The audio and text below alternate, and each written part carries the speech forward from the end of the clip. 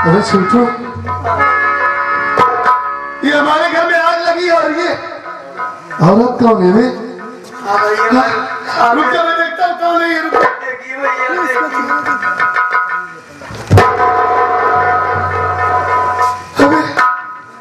अबे ये तो तेरी कजरी भाभी है।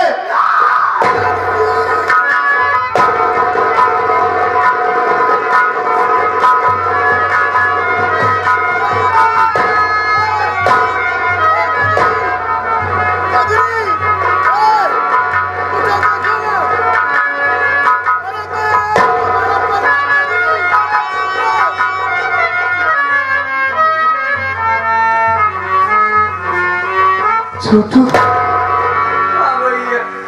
अरे कजरी तो होश में ही नहीं आ रही है। नहीं भैया, कहीं हमारी कजरी। नहीं भैया, ऐसी आंसू बातें मत करिए भैया। अगर ये आज अगर होश में नहीं आई तो मैं भी यहीं पे अपनी जान गंवा दूंगा। दिल में बड़ी खुशी लेकर आया, छुट्टी लेकर के चल रहा हूँ, कजरी से मिलूंगा। लेकिन ये क्या करूं, कुछ समझ में नहीं आ रहा है। मैं कैसे कजरी को होश में लाऊं?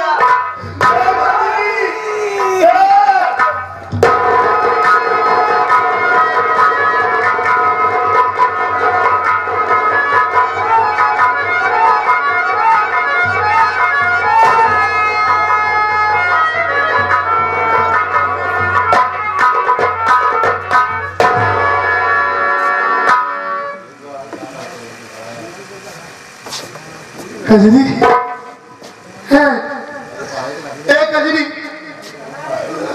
उसमें आओ। अरे देखो ना, कजरी मैं आया हूं तुम्हारा परवर। कजरी, कजरी मुझसे बात करो। कजरी, कजरी, कजरी एक बार तो मुझसे बात करो। कजरी, कजरी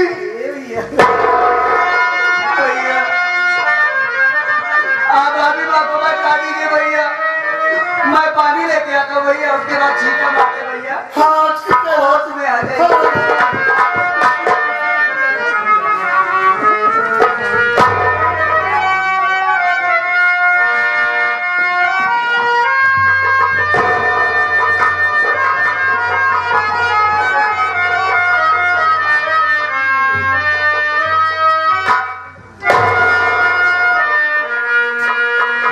अबे छोटू, हमारे घर में इतना बड़ा हादसा हुआ है, आग लगी है।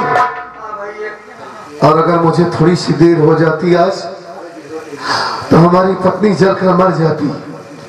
और इसके गले में रस्सी लगी थी, पहले इसे जान से मारने की कोशिश की गई, उसके बाद इसके शरीर में आग लगाया गया है। तो मुझसे बहुत बड़ी बड़ी बातें करता था बे कि भैया चिंता मत कीजिए, देश की सेवा कीजिए, मन लगाकर अपनी ड्यूटी कीजिए, आप घर के लिए परेशान मत होइए, मैं घर का ख्याल रखा हूं। कजरी भाभी हमारी नहीं, हमारी माँ है, हमारी बहन है, यही घर का ख्याल रखा है बे। अगर मुझे थोड़ी सी देर हो जाती, वक्त पर ना पहुंचता, तो आज हमारी कजरी जलकर मर जाती। कहाँ गया था, कहाँ गया था तू भैया? माँ हमको मार्केट भेज देती भैया। मार्केट? हाँ भैया। अच्छा, अगर माँ की बात न मानू भैया, हाँ, तो मामा के भगा देगी यहाँ से, तो मैं किसकी बात मानू भैया? अगर मेरी माँ ने तुझे मार्केट भेज दिया तो खुद मेरी माँ घर में क्यों नहीं है? वो कहाँ है बे? यही थी भैया, माँ यही थी भैया जो हमको मार्केट भेजी। अच्छा, हो सकता है कि घर में आग लगी है, हो सकता है मेरी माँ गांव में गई हो किसी को बुलाने के लिए। शायद भैया, शायद। अपनी भाभी के चेहरे पर पानी का छिट्टा मार, मैं माँ को बुलाता हूँ। लेके आता हूँ भैया पानी।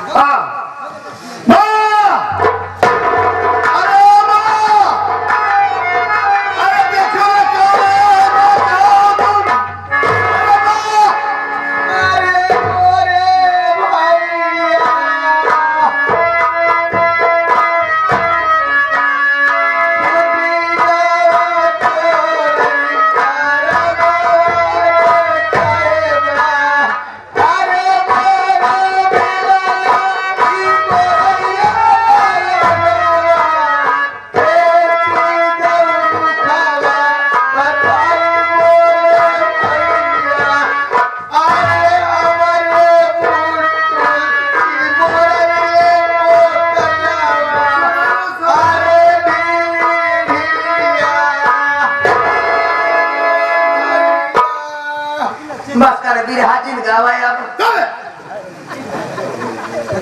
मेरी माँ बिरहा गा रही है। बिरहा गावी हमारा नाम पोकलवा बात है, हमारा नाम ढिलढिलवा है, हमारा नाम अरे मेरी माँ रो रही है, हमारा नाम भोटिया काम नहीं कर रहा है। अभी इतना बड़ा हादसा हुआ है ना घर में, देख रहा है मेरी माँ रो रही है, तुझे लग रहा है कि बिरहा गा रही है।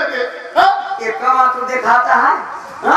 अबे पगले, क्या आंसू दिखाई दे तभी समझ पाएगा कि तू मेरी माँ रो रही है। नहीं भैया हम समझ गए भैया, लागत है बाबू जब मरे सारा आंसू सोख ले। माँ आप इतना रो रही हैं, मेरे आने के बाद लपट कर रो रही हैं, लेकिन घर में आग लगी है, कजरी उस आग में जलकर मर रही थी, आप उसे बचाने के बजाय कहाँ चली गई थी माँ? बेटवा पर्वत हो की बचावे चक्कर हम पहले गए मंदिर में दर्शन की भगवान भोलेनाथ के, और बाद देखे लड़के सब माँ बहरे खा रहे प्रसाद वरसाद दे दी, सब प्रसाद खाए। फिर एक हम घर एक तरफ देखा था मारे आग लगी रही थी, धुआं गिरा रहा। अच्छा हम कहे क्या बात है, जल्दी आए घरे। जब पहुंचे थे देखा थे कचहरी घरे में आग लगा लिए, दरवाजा बंद करके अंदर से हम खिड़की बहुत परेशान मैं नहीं माँ झूठ बोल रही है, आप सरासर मुझसे झूठ बोल रही है। मेरी कजरी इतना बड़ा काम वो नहीं कर सकती, तो भला अपने शरीर में आग क्यों लगाएगी वो?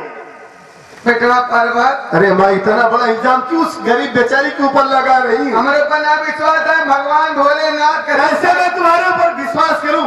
भगवान भोलेनाथ का झूठी कसम मत खाइए भगवान।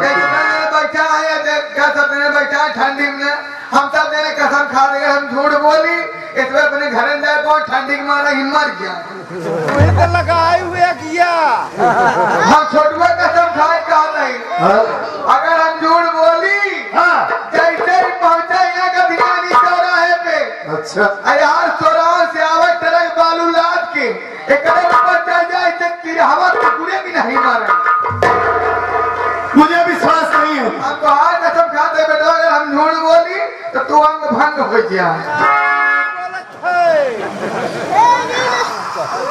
अगर आप झूठ बोले तो मेरा अंग भंग हो जाए, शरीर का कोई भी पार्ट काम न करे। इस काम में फिर जाकर तो गाड़ी घोड़ा लेके अगर हम झूठ बोली। आखिर आप मेरी माँ है, मेरी झूठी कसम क्यों खाएंगे? खा बेटा सही बात है, मैं मानता हूँ माँ, और मुझे यकीन हो गया कि कजरी इस घर में खुद आग लगाई होगी, लेकिन एक बात नहीं समझ पा रहा हूँ, इस घर में इससे कमी क्या है? कमी कुछ नहीं है। जब तू ड्यूटी पर आ गया तब जान ले कि एक तो बात सुनत नहीं कि हम भी काम जाम नहीं हरे, हम कहीं नहीं हरे, देखा इतना जाए भी है क्या यार तोर भाई आए चल जाए ना बेटवा सब पहुंचवा के कहा अगर हम नहीं हरे ना जाओ दिमाग लगा के मर जाए, मैं फांसी लगा के मर जाओ। बेटवा रिहाई लाए नहीं ने हमारी बात माने तो जगह नहीं घर पहुंचाई ना चला जाओ फिर कौन कारनामा करे। वो नौबत ही नहीं है कि आपने मुझसे कई बार कहा, लेकिन मैं ही बेवकूफ आपकी बात नहीं माना। पहुंचाए बेटवा, आज इसे तुरंत मार कर भगाऊंगा। क्या हो सके? हाँ हाँ आप चलिए, मैं बस दो बात कर लूँ, तुरंत मार कर भगाऊंगा।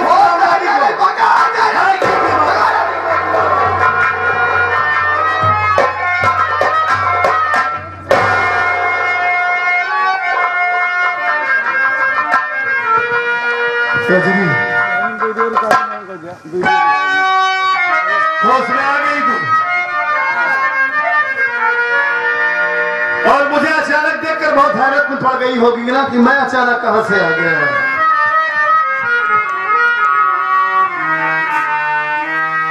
मैं तुमसे जीता पूछूं कजरी, मुझसे साफ साफ बताना, एक भी बात मत छिपाना, मेरी बात सुनो। कहीं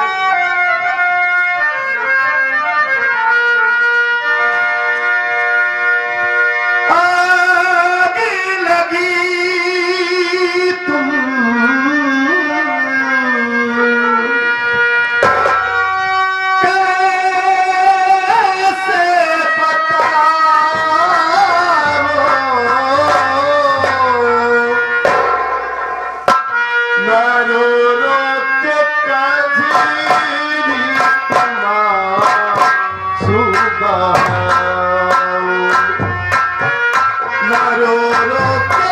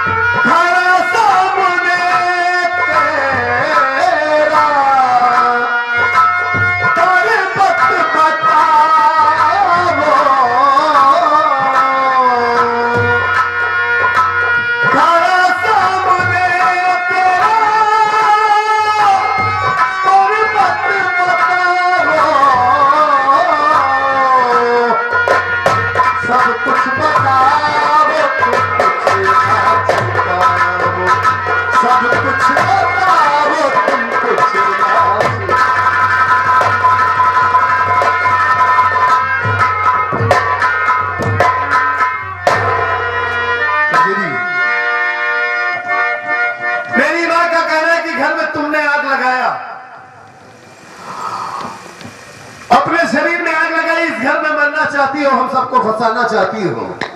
कजरी आज तक जब से मेरे घर में आई हो, मैंने ये कभी कमी नहीं किया कि तुम पराए घर से आई हो या तुम्हारे प्यार में कोई कमी हो। मेरी माँ मुझसे कई बार कहा कि मैं तुम्हें इस घर से भगा दूं, लेकिन मैंने कहा नहीं, कजरी हमारी जिंदगी है, मैं उसे मारकर नहीं भगा सकता। अपनी जान से ज्यादा तुमसे प्यार करता हूं मैं, और मेरे प्यार का सिला तुमने ये थी कि इस घर में आग लगा दी। पहले तो गले में रस्सी से कसकर अपना गला दबाना चाहिए, उसमें कामयाब नहीं हुई तो इस घर में आग लगा ली, शरीर में आग लगा ली। तुमने ऐसा क्यों किया कजरी, बताओ। हमारी बात सुनिए। बोलो।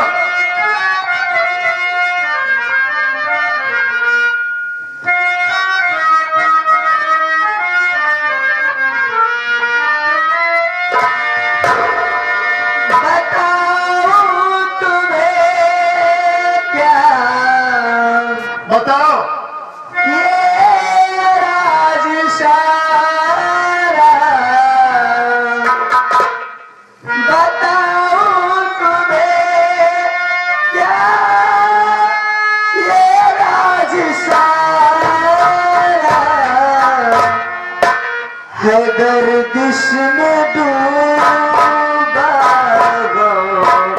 का सितारा, है गर्दिश में डूबा का सितारा।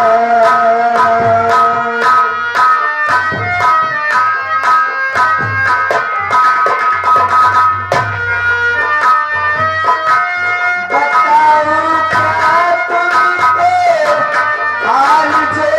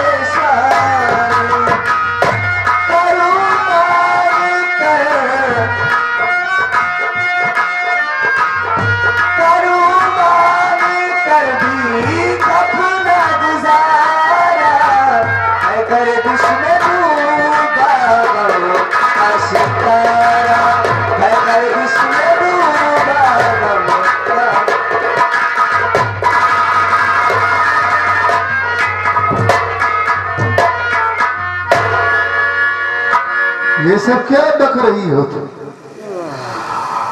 भीख मांगकर अपना गुजारा करोगी? तुम्हारा गर्दिश में सितारा डूबा है, समझ नहीं पा रहा हूँ कजरी।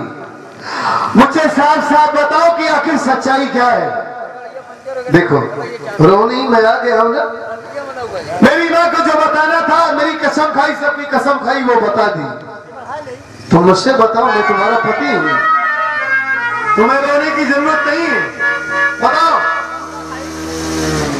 आज 3 दिन से हमारी तबीयत नहीं ठीक है।